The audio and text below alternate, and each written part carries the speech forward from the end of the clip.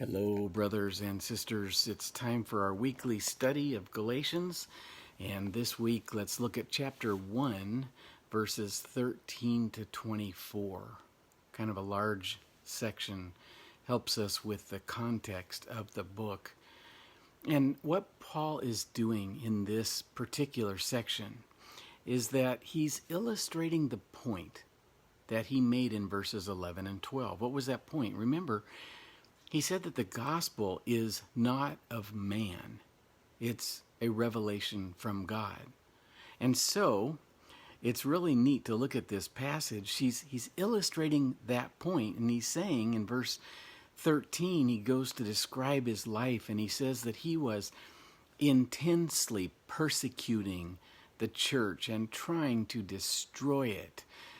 This is very descriptive words. This word intensely, he intensely persecuted the church. Some versions, you might know this, say violently. He was violently, or the word actually means beyond measure.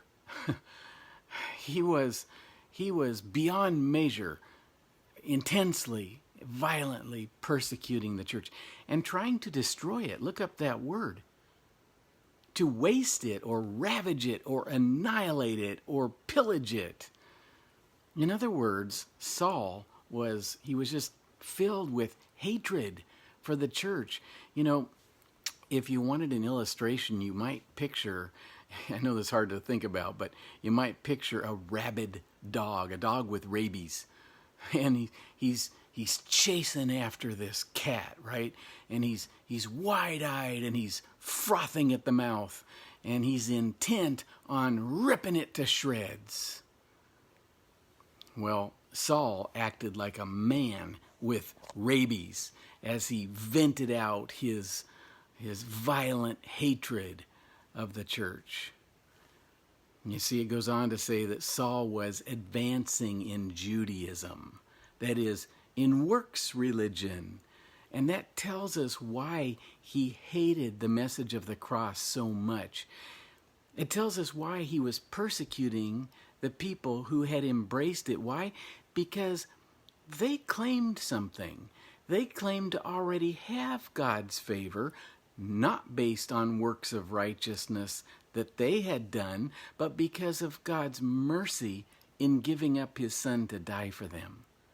That was offensive to Paul, who was working his way and earning his righteousness of his own. So Saul is violently and ravenously persecuting the church.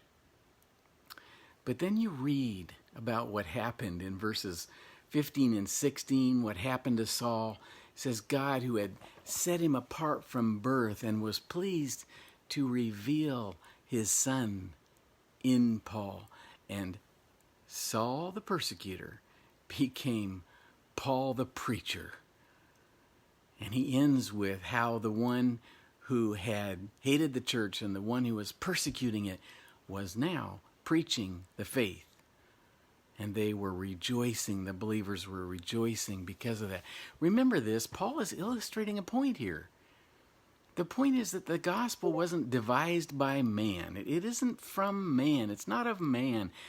It's from God. And he's also showing how powerful the gospel is. That he was a man who was running as fast as he could that way, and the gospel arrested him and turned him the other way. And then he was proceeding in a totally different direction. The persecutor became a preacher. The terrorist became an evangelist. See, Paul learned that he had been violently persecuting Christ. He looked at the cross and he saw Jesus, whom he had ravaged and wasted and pillaged and violently persecuted. And Paul saw Jesus torn to pieces for him, hanging on a torture instrument, and it broke his heart. And it changed his life, and it saved his soul, and it set him free.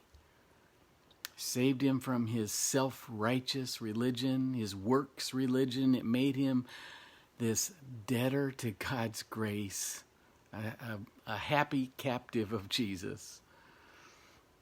You know, a bunch of us were talking to Lennart from Estonia. This has been a couple days ago. This man is a dear brother of ours. And he was sharing his religious background. And what he formerly believed was the best theology ever. Maybe someday he'll share that with you. But then God revealed the cross to Lennart in power. And Lennart believed. And Lennart said to us these words. He said that it undid him. He said, the cross has wrecked me.